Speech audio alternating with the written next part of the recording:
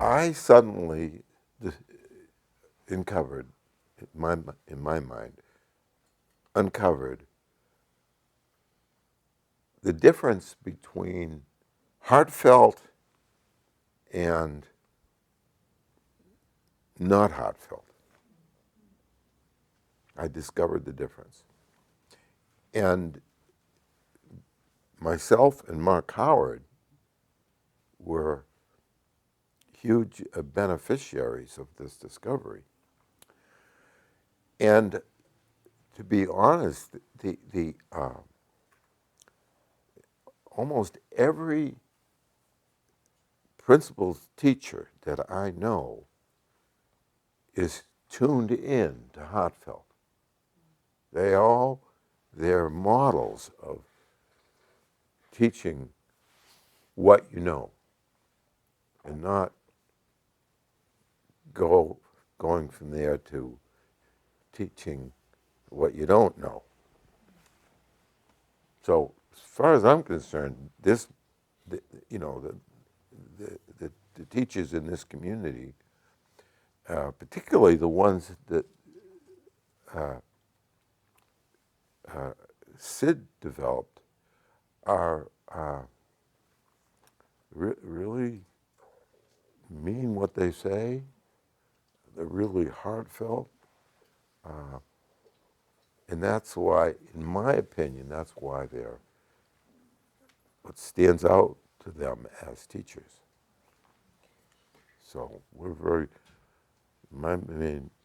we're very fortunate to have the kind of grounded teachers that we have teaching the principles. Now, I'd like to speak to something that I feel like people don't understand, don't appreciate. You know how this morning I said, Sid said, teach what you know, and I said, well, I don't know anything. And he says, well, you know something. And I said, well, yeah, I know a little. Okay. What I didn't appreciate is that, and I know, I really want you to consider this, because a lot of times when I say this, people just go, oh, yeah, yeah. It matters, that little matters, and it's that little is enough. It's enough. As long as it's grounded, it's enough. If you stay there. If what you know is this big and it's filled with understanding and feeling, and you know it's your truth, it's enough.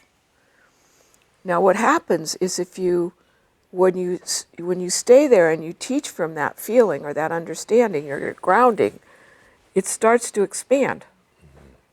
You don't have to do anything, it just starts getting bigger. What you understand, the feeling, what you know, your grounding starts to grow from this if you just stay there. And it's a misunderstanding that people have that no, I have to wait until I know more, or I have to wait until I understand more, or I know I've had some really nice insights, but that's not enough. I need more. And I hear this a lot with people who come to me and George and Barb to learn. Yeah, I know things, but it's not enough. It is enough if you stay on point with your grounding. This much could be enough. It's like anything is enough if it's coming from the right feeling. And that's something that when you realize that, it's very powerful to realize that. We really want to reinforce that point, just to saying it different ways and emphasize it, because when we started in it was the 17th century. When we started in the 17th century. A long time ago.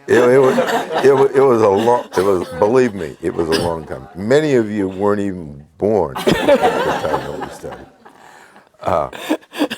started. So when we started, we didn't have much to say at all. So Yeah.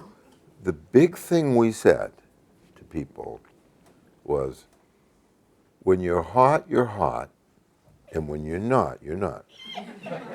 That's what we said. And we stuck with it. And people would say, well, can you say that again?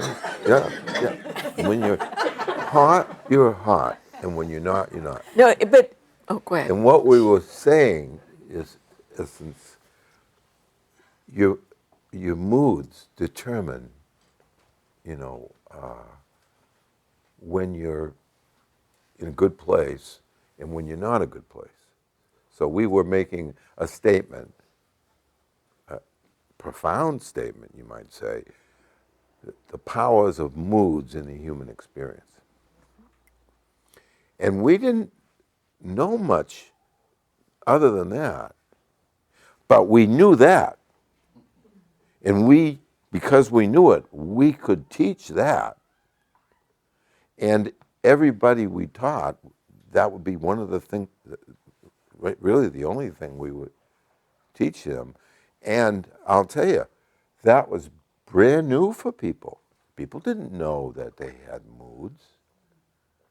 They didn't know that their state of mind was going up and down, and their level of consciousness was going up, and they didn't know down. So we had a new message for the world,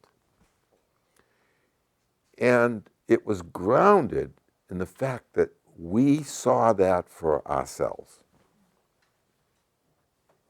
So when we saw moods in ourselves, right, which we didn't, obviously we had them, but we didn't appreciate or understand or see them. But when we saw moods in ourselves, this is what we saw. It's like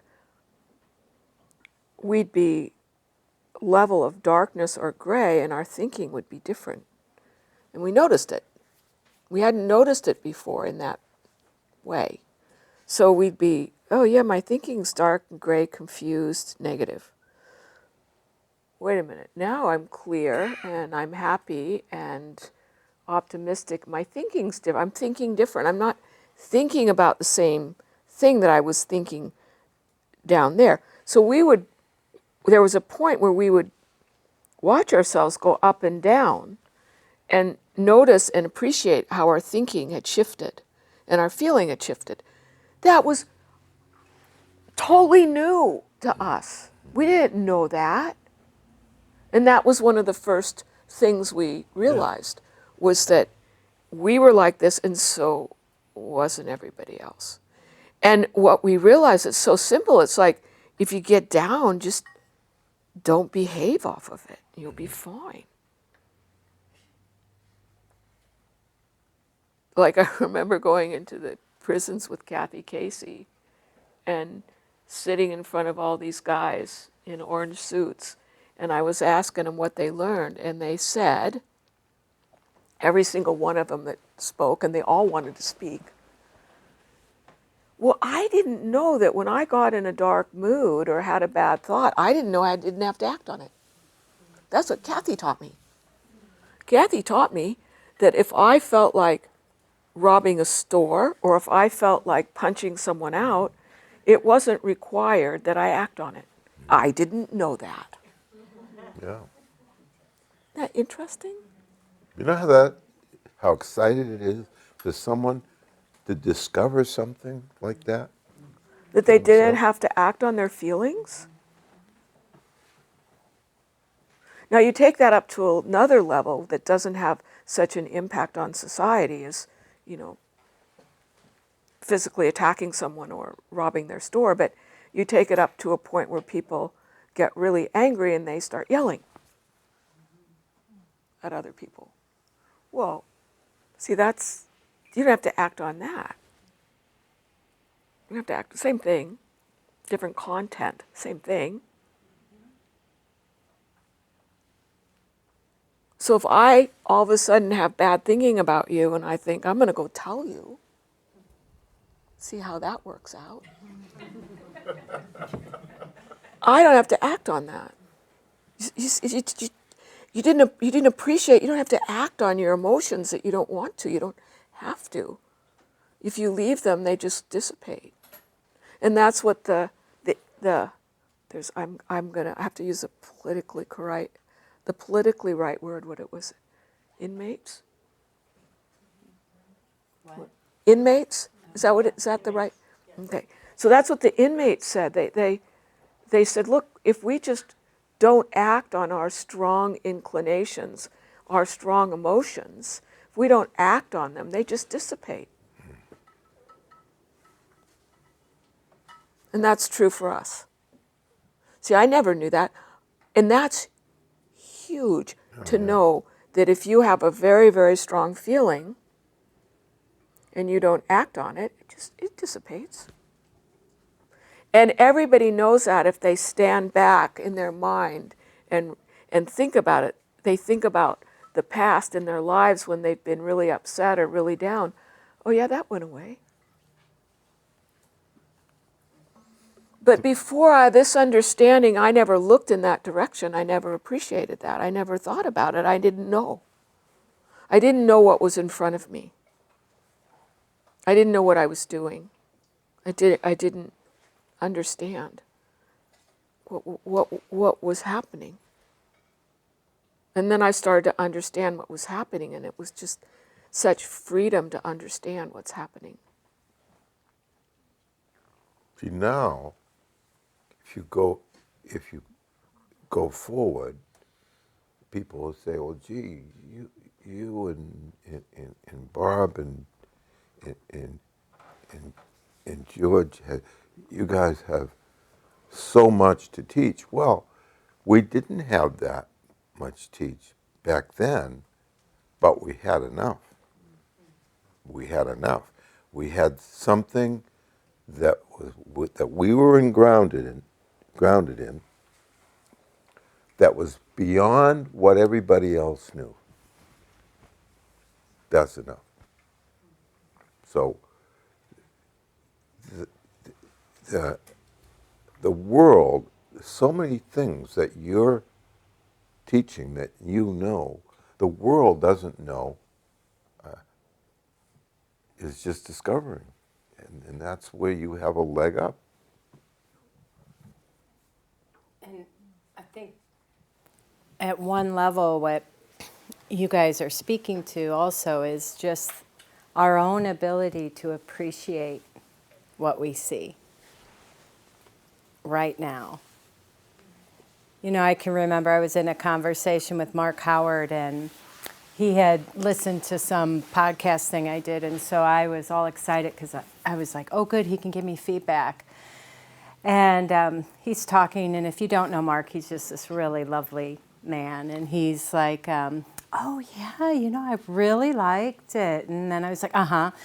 And then what feedback do you have for me, Mark? And then he said something like, well, you know, I gave a talk a couple weeks before, and I wish I'd listened to your podcast before that. And I was like, but like, Mark, I'm really asking you like for feedback on my grounding, you know, like I want. And then he got really quiet, and he looked at me and he said, how about you appreciate your grounding? How about you appreciate where you are and what you see just now? And I think that's it. It's the only reason where we are doesn't look like enough is an illusion of thought. Right? But to really see and appreciate, I mean, just listening to you guys talk and really slowing down the mood conversation, it's like, can't you, I can listen and I'm like, yeah, that's amazing. Like, you know, we just kind of, or I'll speak for myself, I get on to the next thing. Right, and so, and then I'm kind of in that habit of next, versus really appreciating like everything we've seen, whatever it was that brought us here to this room right now. Like to think, like, what if we didn't have to see anything more to have an amazing life, to do amazing work?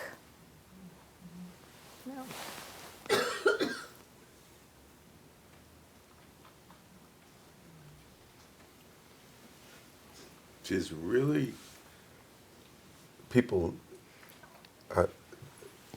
the message of this is if you go beyond your grounding and you teach beyond what you know, it's not going to have the impact. And you're going to be disappointed in the fact that people aren't affected by you. If you stick to what you know, you'll be shocked at how many other people don't know what you know. They don't know it. And you're at an elite level as teachers, you know.